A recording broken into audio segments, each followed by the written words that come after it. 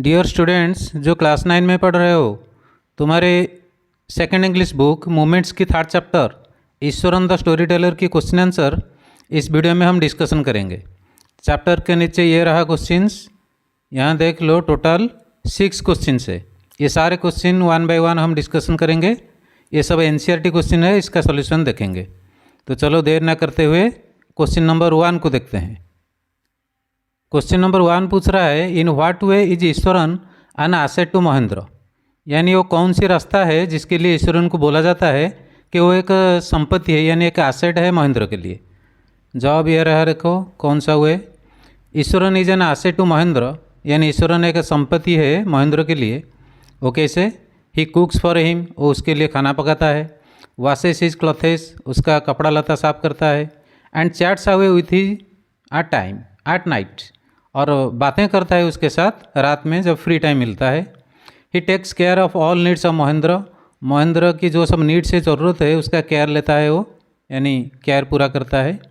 He entertains Mahendra by his stories as well, साथ साथ वो महेंद्र को एंटरटेन करता है, यानी उसके मन को थोड़ा खुशी देता है अपनी कहानी सुनाकर।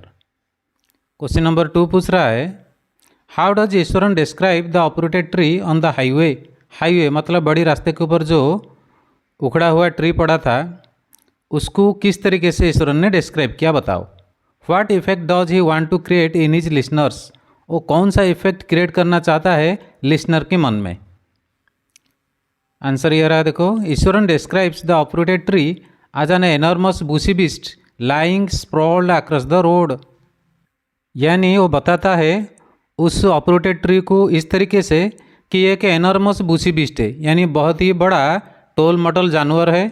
लाइंग स्प्रॉल्ड, गिरा हुआ है रोड के ऊपर। स्प्रॉल्ड यानी एक विराट आकार से फैला हुआ हालत में पड़ा हुआ है अक्रॉस द रोड, रोड के ऊपर। He is influenced by Tamil story full of suspense, Tamil story जो फुल ऑफ सस्पेंस है, मतलब भ्रांति और कौतूहल से परिपूर्ण कहानी, तमिल कहानी, उससे वो खुद इन्फ्लुएंस्ड है, खुद प्रभावित है। He loves creating suspense before telling anything, किसी भी कहानी को बताने से पहले वो एक तुम्हारे मन में एक इंटरेस्ट क्रिएट करना चाहता है।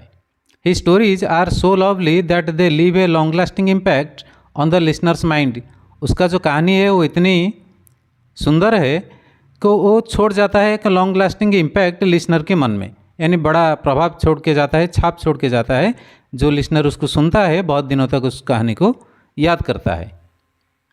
Question number 3, how does he narrate the story of the tusker, वो टस्कर की कहानी को किस तरह बताया है। टस्कर जो हाथी पागल हुआ था। Does it appear to be plausible, क्या ये तुमको प्लॉजिबल पॉसिबल लगता है वो कहानी, बताओ। आंसर ये रहा, देखो।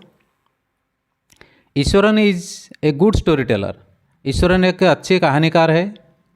He makes his stories vivid by telling them in a unique style, वो अपनी कहानी को बनाता है एक डिफरेंट तरीके का, एक यूनिक स्टाइल में बताकर। He narrates an incident involving a tusker, एक बार वो एक कहानी बता रहा है जिस कहानी में एक टस्कर है, यानी मेल हाथी। One day an elephant goes mad and becomes uncontrollable, एक दिन क्या हुआ, एक हाथी पागल हो जाता है और उसको कंट्रोल नहीं किया जा सकता। He enters the school ground where students were playing, वो घुस जाता है एक स्कूल ग्राउंड में, यानी मैदान में, जहाँ पर बच्चे पहले से खेल रहे थे। Eswaran was also one of them, उन बच्चों में से एक था खुद Eswaran. Seeing the wild elephant, ये पागल हाथी को देखकर all the children ran into their classrooms, सब बच्चे दौड़ भागे अपने क्लासरूम में जाकर पहुंच गए। लेकिन क्या हुआ, ईश्वरन क्या काम किया, देखो। Iswaran takes courage and decides to control the animal, Iswaran अपना हिम्मत जुगाड़ता है और डिसाइड करता है कि ये इस एनिमल को कंट्रोल करेगा खुद। He takes a cane and moves towards the elephant, वो एक छड़ी लेता है, बेंत की छड़ी टीचर के हाथ से, और पागल हाथी की तरफ बढ़ता है। He hits the elephant on his third टोनेल, वो जाकर उस छड़ी से हाथी की तीसरी नाखून को मारता है। ही कोलैप्सेस, इस मार से वो कोलैप्स कर जाता है, यानी पैरालाइज्ड हो जाता है, नीचे गिर जाता है। This is how Eswaran tackles the wild mad elephant, इसी तरह ईश्वरन ने उस पागल जंगली हाथी को मतलब सामना किया था। This incident does not appear to be plausible, लेकिन ये कहानी पॉसिबल नहीं लग रहा है हमें। It is difficult to believe that a student of junior class can control a wild and mad elephant. एक जूनियर क्लास का बच्चा जो दूसरा या तीसरा क्लास में पढ़ रहा है, वो एक पागल हाथी को जाके कंट्रोल कर देगा, उसकी मार से एक हाथी डाउन हो जाए, ये पॉसिबल नहीं लग रहा है। Question number 4, why does the author say that Iswaran seem to more than makeup for the absence of a TV in Mahendra's living quarters. लेखक यानी स्टोरी के कहानी का जो लिख रहे हैं राइटर, वो क्यों कहते हैं कि ईश्वरन एक मेकअप है, यानी एक भरता है किसका एब्सेंस, टीवी का एब्सेंस महेंद्र के लिविंग रूम में। महेंद्र जहाँ रहता है वहाँ पर टीवी नहीं है, लेकिन उसकी एब्सेंस को ये फील करने नहीं देता है, ऐसा क्यों कहते हैं राइटर। जवाब देखो, Mahendra does not have a TV in his quarter. Mahendra के क्वार्टर में कोई टेलीविज़न सेट नहीं है, लेकिन but Iswaran is more than a TV, लेकिन ईश्वरन टीवी से ज़्यादा है। Okay so he is a good story teller, वो एक अच्छी कहानीकार है। He entertains Mahendra by telling him thrilling and mysterious stories. वो एंटरटेन करता है, यानी उसका मन को बहलाता है, किसका मन, महेंद्र का मन को, बोल कर उसको थ्रिलिंग एंड मिस्टीरियस स्टोरीज, मतलब रोमांस भरा रहस्यमय कहानी बताकर उसको। ही क्रिएट सस्पेंस इन एवरीथिंग, हर चीज़ में वो एक सस्पेंस क्रिएट करता है, यानी इंटरेस्ट क्रिएट करता है। He stories are full of suspense, उसकी जो कहानी है वो सस्पेंस से भरा हुआ होता है। हॉरर एंड एडवेंचर, और हॉरर और एडवेंचर से, यानी साहसिक और भय से भरा हुआ होता है। Mahendra always enjoys his stories and never feels the absence of a TV in his quarters. Mahendra हमेशा एंजॉय करता है उसकी कहानी को, और कभी उसको ये फील नहीं हुआ कि उसके घर में टीवी नहीं है, यानी टाइम पास के लिए ये टाइम पास करा देता है। क्वेश्चन नंबर 5 देखते हैं। महेंद्र कॉल्स घोस्ट्स और spirits a figment of imagination. Mahendra भूत और आत्मा को इमेजिनेशन की फिगमेंट बता रहा है, यानी जो तुम इमेजिन कर रहे हो उसका ये फिगमेंटेशन है, यानी जो तुम कल्पना कर रहे हो ये उसका रूप है, यही है भूत। भूत कुछ दूसरा चीज़ नहीं है। What happens to him on a full moon night, लेकिन एक फुल मून नाइट जिसको पूर्णिमा की रात कहते हैं, उस रात में उसके साथ क्या हुआ, यानी महेंद्र के साथ, बताओ। आंसर ये रहा, देखो, महेंद्र कॉल्स घोस्ट्स और स्पिरिट से figment of the imagination. Mahendra बताता है कि ये सब जो भूत और आत्मा होते हैं ये कुछ नहीं है, उनका कोई ओरिजिनलिटी, उनका कोई आइडेंटिफिकेशन नहीं है, असल में ये हमारी मन की कल्पना की रूप है। ही इज ए रेशनल थिंकर, वो असल में एक रेशनल थिंकर है, मतलब टू द पॉइंट बात करने वाला, रियलिटी पर बात करने वाला, रियलिटी में बिलीव करने वाला। But the story of Eswaran leaves A mark on his mind, लेकिन ईश्वरन जो कहानी बताया था भूत की कहानी, वो लेडी भूत की, ये उसके मन में एक छाप छोड़ जाता है। On a full moon night, उस डर उसके मन में रहता है, और जब नेक्स्ट मून लाइट आता है, फुल मून लाइट यानी पूर्णिमा की रात, ही हियर से लो क्राई, उसको सुनाई देता है धीमी आवाज़ में किसी का रोना। Sees a dark cloudy form which matches Iswaran's description, उसको दिखाई देता है काले रूप की बादल जैसा कोई रूप, जो रूप ईश्वरन की डिस्क्रिप्शन को मैच करता है, यानी ईश्वरन से जो सुना है ठीक उसी तरह दिखता है उसको।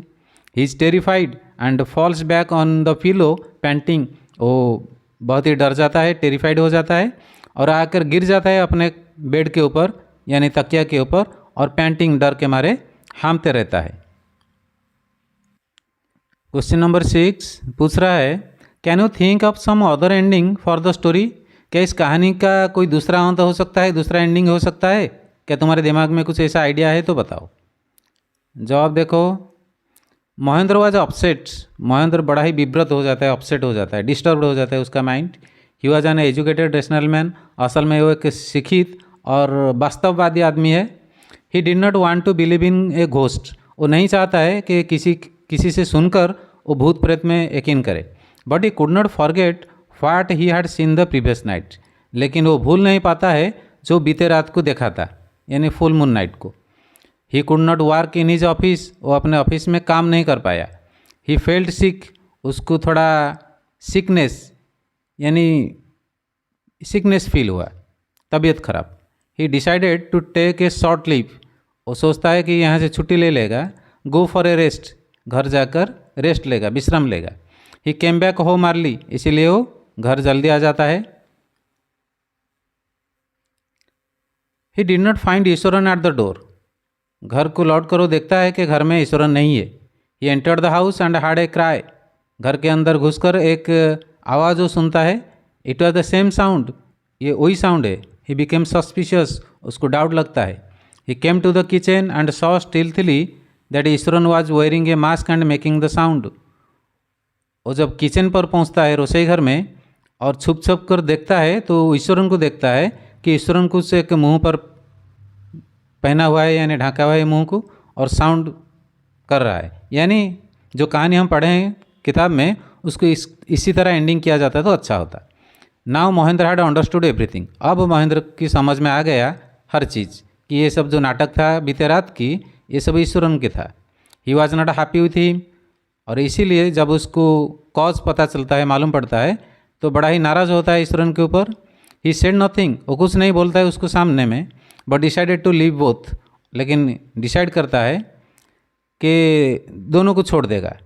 वो को क्या दोनों, वो जगह को भी छोड़ देगा और ईश्वरन को भी छोड़ देगा, अपने पास नहीं रखेगा।